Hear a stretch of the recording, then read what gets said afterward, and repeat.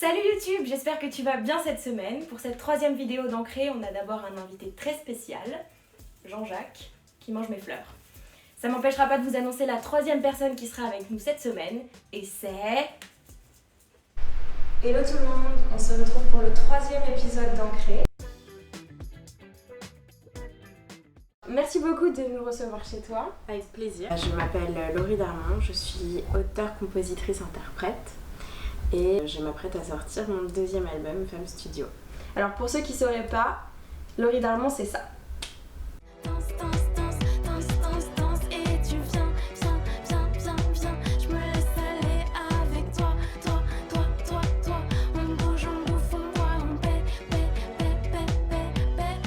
On est chez toi.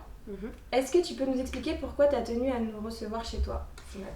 Et ben en fait, mon disque justement s'appelle Femme Studio et c'est entre autres un jeu de mots avec Home Studio. Parce que c'est la manière dont je l'ai conçu, c'est-à-dire que je l'ai pratiquement en entier fait chez moi. Et donc j'aime bien l'idée de vous recevoir chez moi parce que c'est vous recevoir dans mon lieu de création et à la fois mon lieu de vie. Comment il te façonne ? Cet endroit pour moi c'est comme ma chambre quand j'étais toute petite mais en appartement quoi. C'est un endroit dans lequel j'ai ma chambre à moi comme Virginia Woolf le dit, avoir une chambre à soi où je peux être à la fois seule et joyeuse et triste et créative et à la fois recevoir beaucoup de monde et j'aime bien faire ça. Pour aussi créer avec plein de gens, mais faire des jeux, discuter, enfin voilà, j'aime bien avoir plein de souvenirs dans cet endroit et ça me donne encore plus d'inspiration pour créer derrière. Voilà. Et qu'est-ce qui t'a amené vers ce lieu ? Est-ce que tu dirais qu'il t'a un peu appelé ou pas du tout ? Pour l'anecdote de ce lieu en particulier, donc d'avoir trouvé cet appartement, c'était pendant l'été 2019. Et j'avais des béquilles, je faisais des visites d'appartements et c'était le dernier que j'ai visité. Et je me suis trompée de numéro dans la rue et donc j'ai téléphoné et j'ai dit je suis en bas et il me dit je vous vois pas. Et je lui dis le numéro où je suis, il me dit c'est 100 numéros plus loin. Je dis j'ai des béquilles donc je vais mettre un peu de temps.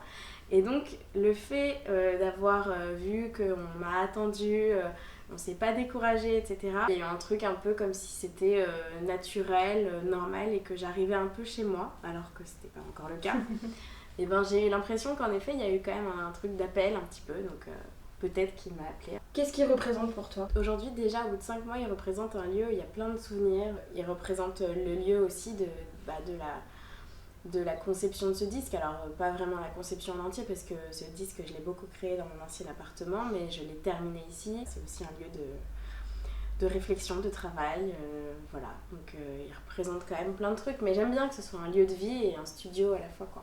Est-ce que tu dirais que c'est le lieu qui mélange à la fois ta vie perso et à la fois ta vie pro ? Ouais, totalement, et d'ailleurs souvent ça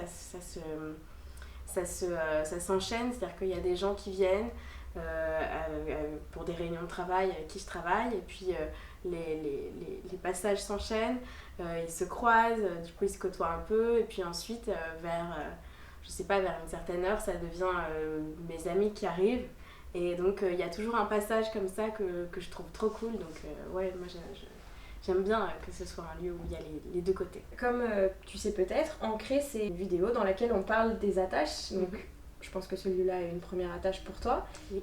Est-ce que tu as d'autres attaches dans la vie ? Alors j'ai eu beaucoup d'attaches, c'est-à-dire que j'étais pas forcément à l'aise avec l'idée de partir, j'étais pas à l'aise avec l'inconnu, l'imprévu et tout ça. Et puis petit à petit je me suis un peu affranchie de ça parce que ça m'enfermait beaucoup et que ça allait à l'encontre d'une autre facette de moi qui était justement beaucoup plus nomade et beaucoup plus aventurière.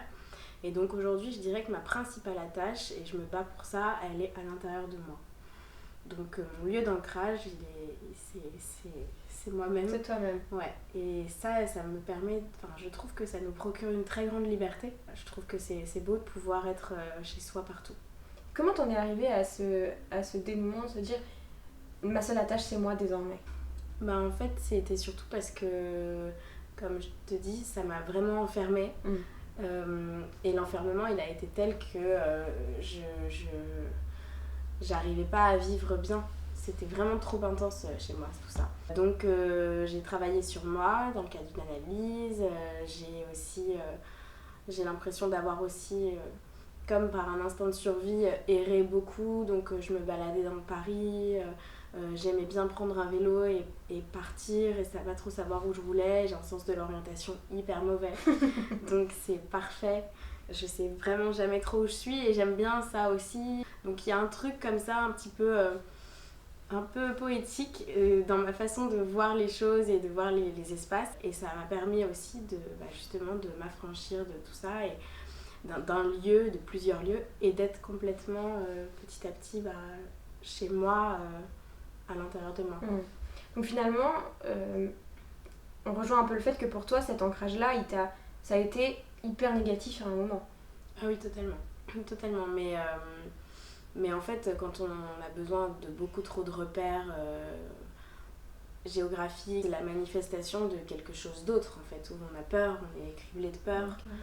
On a peur de l'inconnu, on a peur de soi aussi, je crois. Et donc voilà, moi j'ai juste fait un peu le parallèle, mais j'ai été obligée puisque c'était tellement intense que ça m'atteignait corporellement. J'ai fait de l'anorexie pendant des années, j'en parle, j'en ai fait un titre et tout. Et ce disque, c'est un disque qui vient justement après ce parcours-là. Donc oui, je pense que l'ancrage aujourd'hui, c'est une notion qui m'est particulièrement chère. Parce que ça n'a pas été rien dans ma vie. Dans ta vie. Et du coup, elle a complètement défini le prochain projet qui arrive le 6 mars. Ouais. Est-ce que tu peux nous parler un peu de ça ?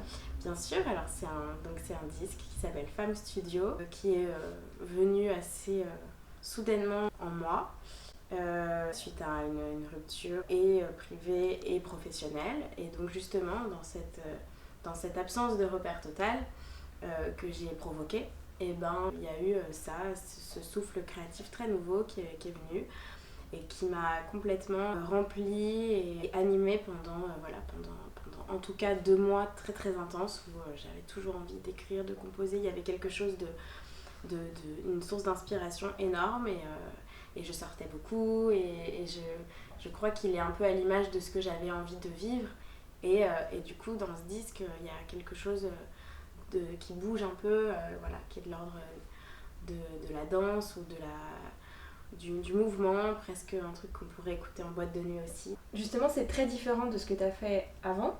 Comment t'en es arrivée à ce cheminement artistique de te dire, ok, Laurie Darmon avant c'était ça, et maintenant ça va prendre cette forme ? Et en vrai, ça n'a pas du tout été conscientisé. Bien sûr. Déjà, mais après, c'est juste que c'est logique en fait dans ce que moi je peux constater de ma vie, c'est-à-dire qu'avant j'étais beaucoup plus contenue, beaucoup plus gouvernée par mes peurs et certainement des choses que j'avais pas réglées et qui étaient là et qui restaient, et j'avais besoin d'écrire dessus, j'avais besoin de les explorer. C'est comme une thérapie quelque part aussi, et ça a fait un chemin, ça m'a permis de faire un chemin et de m'amener justement à quelque chose de beaucoup plus libéré. Et dans ma vie à moi aussi, il y a eu donc cette anorexie qui est partie petit à petit et donc ce disque il arrive à ce moment-là où j'explore autre chose et je suis surtout capable de recevoir autre chose. C'est le disque de la guérison ? C'est un disque que j'ai composé, que j'ai créé quand j'étais en train de guérir. Avec du recul, c'est un disque où ce que je raconte dedans, c'est des choses que je n'aurais pas pu dire quand j'étais pas guérie. Donc oui, c'est quelque part un disque de la guérison. Après, je pense que ça reste un chemin et on ne sait pas de quoi demain est fait. Mais c'est important de savoir que la lumière, elle peut être là, alors que parfois on a l'impression que le tunnel s'arrêtera jamais. Et c'est important de le dire aussi. Dans tes paroles aujourd'hui, dans les titres qu'on a découverts récemment, tu oses beaucoup plus, t'es beaucoup plus franche. Est-ce que c'est vers là aussi que tu tends artistiquement ? J'ai quand même l'impression d'avoir toujours été assez franche et assez directe et d'avoir une façon de voir les choses qui va toujours vers des trucs qui sont pas faciles à dire et que là, soudain, moi j'ai envie de dire comme ça. Après, là, c'est particulier parce que c'est vrai que c'est quand même assez... il y a beaucoup cette franchise et ce côté un peu plus creux, etc. Peut-être que ça durera pas toujours comme ça. Ton nouvel album, Femme Studio, il sort le 6 mars. Yes. Qu'est-ce qu'on peut te souhaiter pour la suite? Et ben franchement de pouvoir continuer de faire de la musique, de pouvoir le Carrément. partager avec le plus de monde possible et de le faire vivre sur scène. Je pense que c'est vraiment un disque qui se partage et qui se danse et qui se vit à plusieurs. Merci beaucoup d'avoir parlé avec nous, c'était Merci très à toi. intéressant de t'avoir reçu. Merci Je beaucoup. suis ravie de cette conversation Moi aussi. et on vous dit à la semaine prochaine. Salut. Ciao. Watch up, Thérèse.